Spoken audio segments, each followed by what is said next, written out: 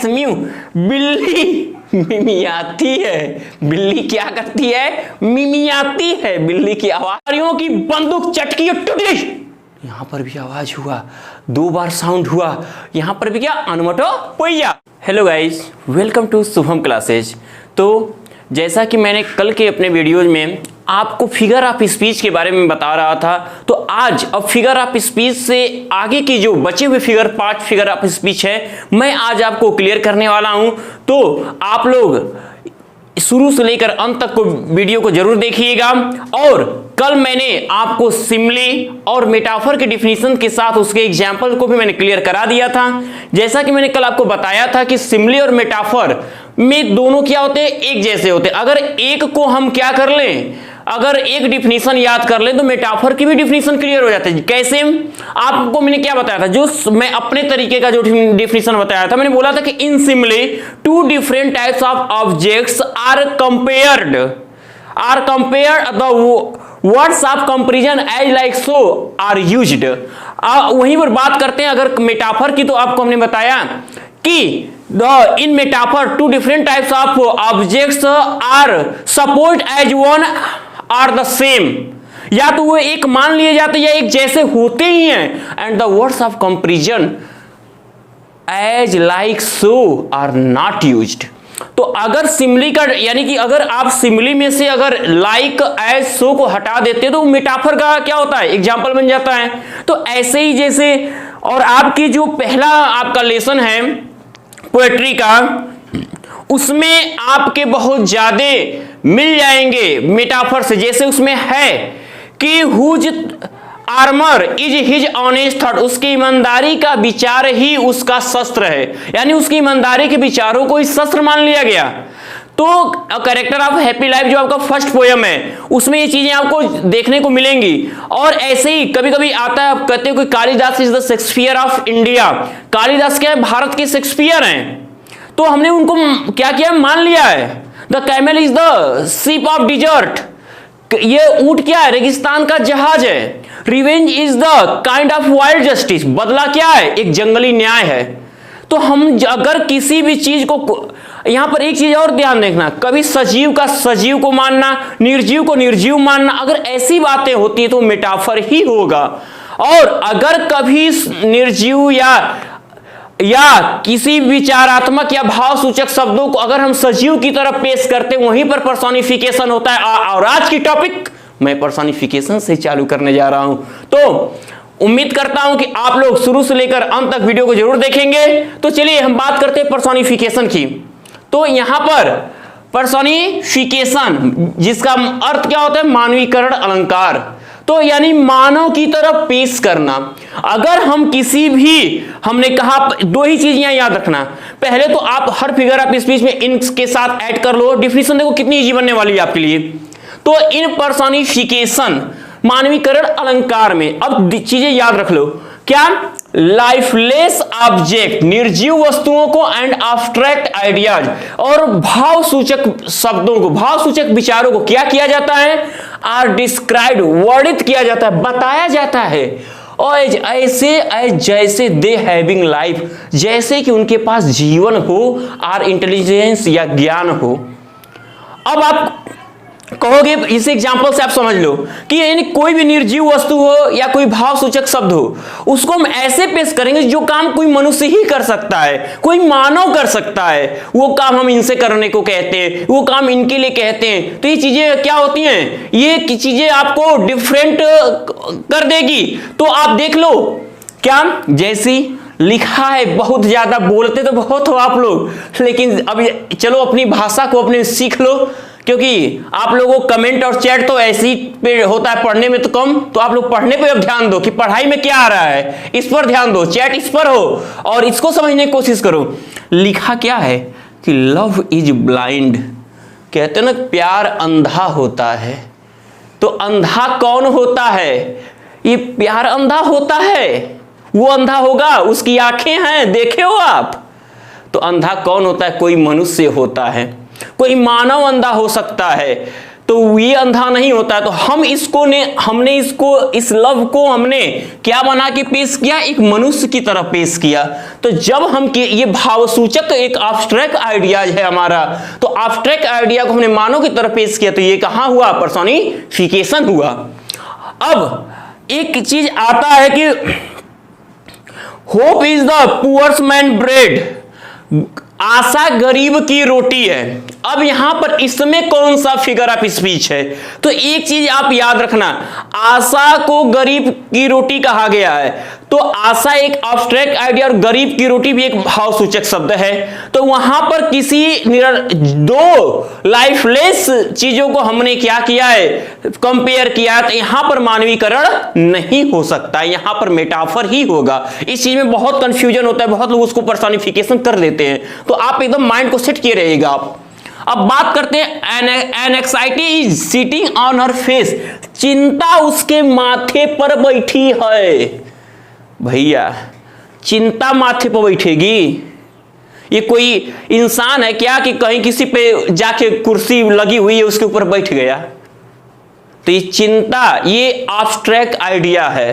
तो ये बैठने का काम कौन करता है, मनुष्य करता है। तो इस लाइन में भी क्या है आपका, पर्सोनिफिकेशन है, क्योंकि भावसूचक शब्द को एक मनुष्य की तरफ पेश, मनुष्य जो काम कर सकता है उसको करने को कहा गया है। अगले एग्जाम्पल की बात करते हैं, लिखा है कि experience is the best teacher, अनुभव ही सबसे अच्छा अध्यापक होता है। बहुत लोग कहते हैं जिसके पास अनुभव उससे बड़ा गुरु कोई नहीं है। तो लेकिन आप सभी जानते हो कि अध्यापक कौन हो सकता है, पढ़ा कौन सकता है, अनुभव आके पढ़ाएगा। मत कहना कि सर अनुभव नाम का आदमी आके पढ़ा दिया वही टीचर है, नहीं है, उस एक्सपीरियंस की बात नहीं हो रही है। हम पढ़ा रहे हैं तो हम पढ़ा सकते हैं, हम क्या एक मानव हैं, हम पढ़ा रहे हैं तो हम एक टीचर हैं। तो यहां पर बात करते हैं, तो ये एक्सपीरियंस को बोला है, यहां पर भी एब्स्ट्रैक्ट आइडिया को एक मनुष्य की तरह पेश किया है, तो यहां पर भी पर्सोनिफिकेशन हुआ। अब बात करते हैं आपकी अपॉर्चुनिटी नॉक्स, अवसर नॉक्स खटखटाती है एट द डोर, दरवाजे को बट वंस, लेकिन एक ही बार।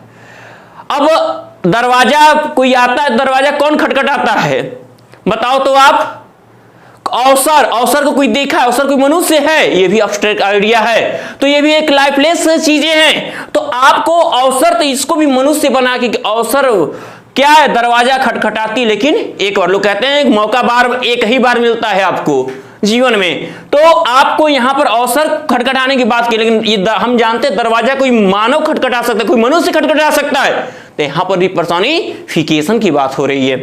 अब truth sits upon the lips of dying man, सच्चाई मरने वाले व्यक्ति के ओठों पे वास कर, लोग कहते हैं ना हमेशा मरने वाले व्यक्ति के मुख से सत्य बात निकलती है।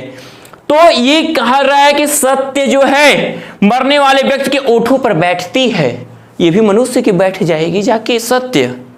तो ये भी एब्स्ट्रैक्ट आइडिया है, तो इसमें भी पर्सोनिफिकेशन ही है, इतना क्लियर एकदम।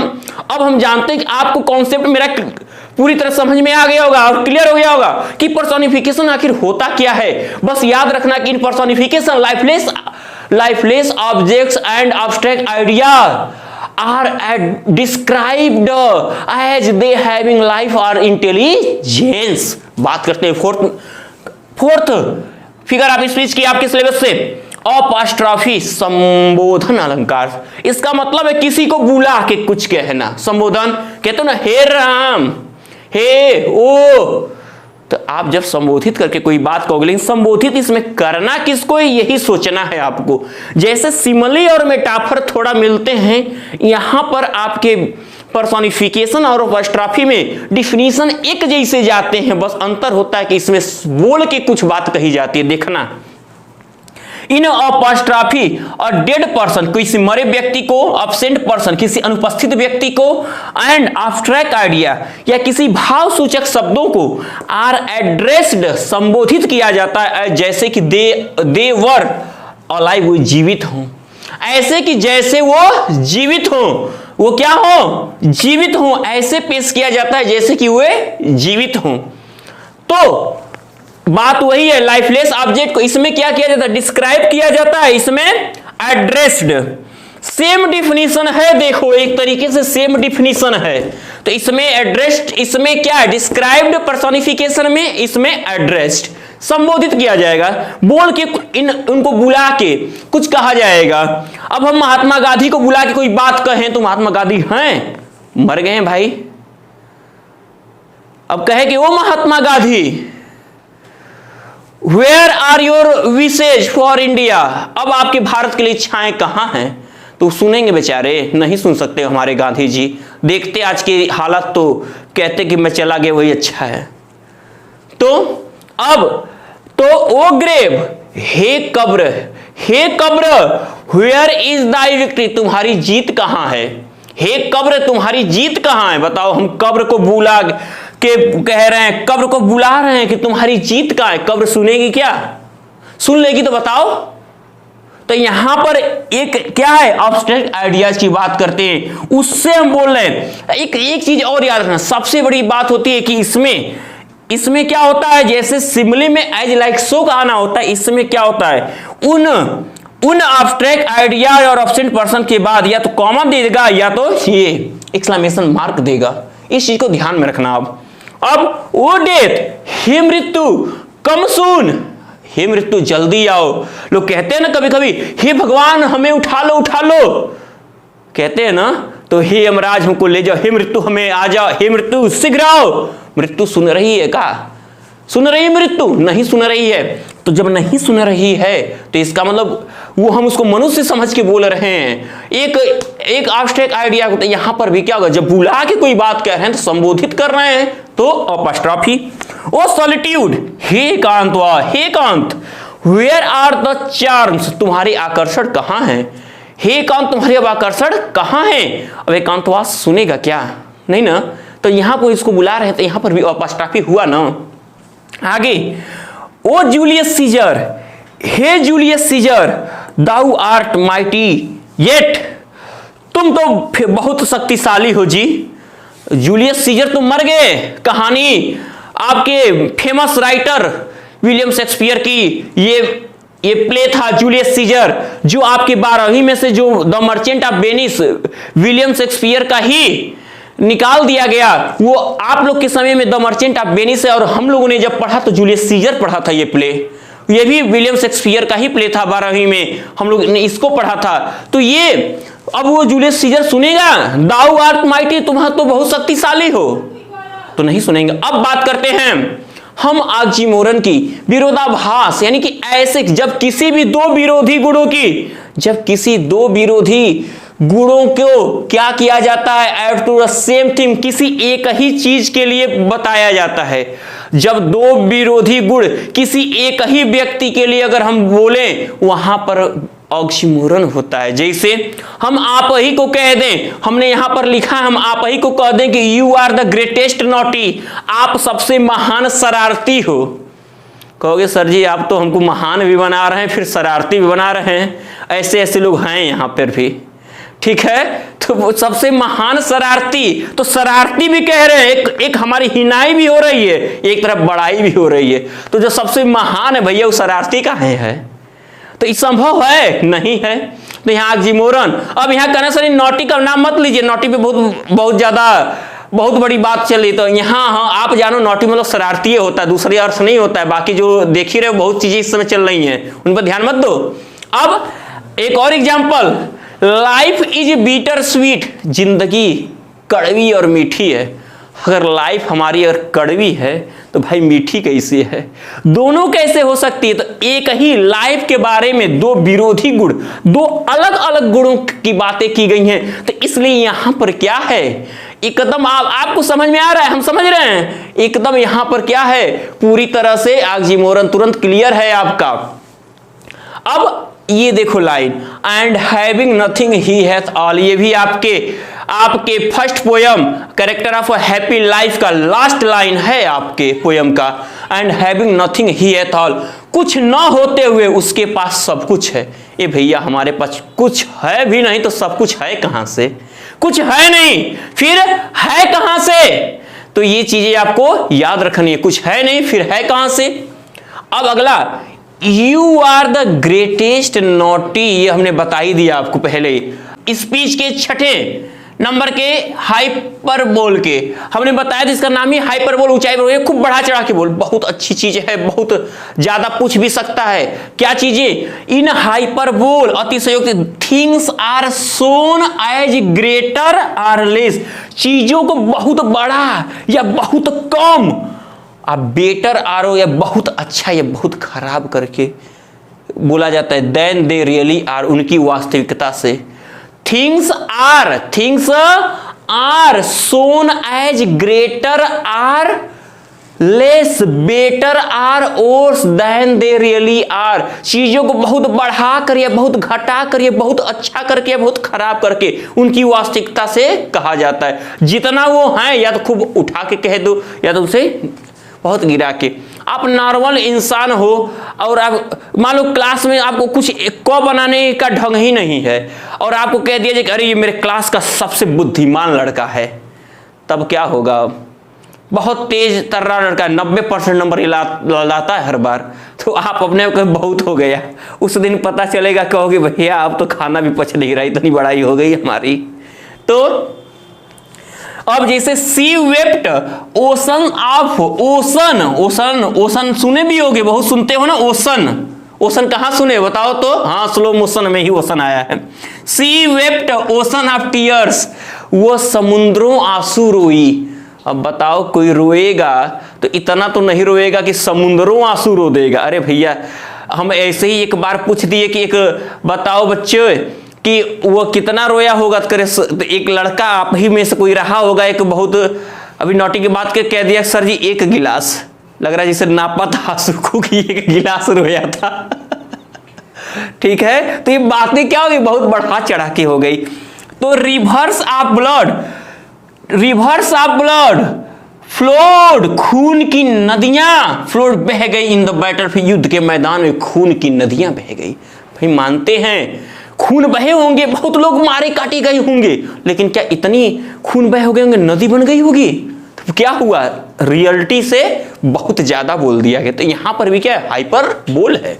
अब 10,000 saw I at a glens, 10,000 को सा देखा आई एट, एक झलक मैंने 10,000 देखा।